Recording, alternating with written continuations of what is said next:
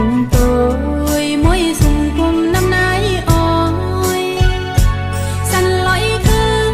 เจอพันที่เฮาเกิดเป็นถึงเมื่อในลีซื้อมนต์กัดเย็น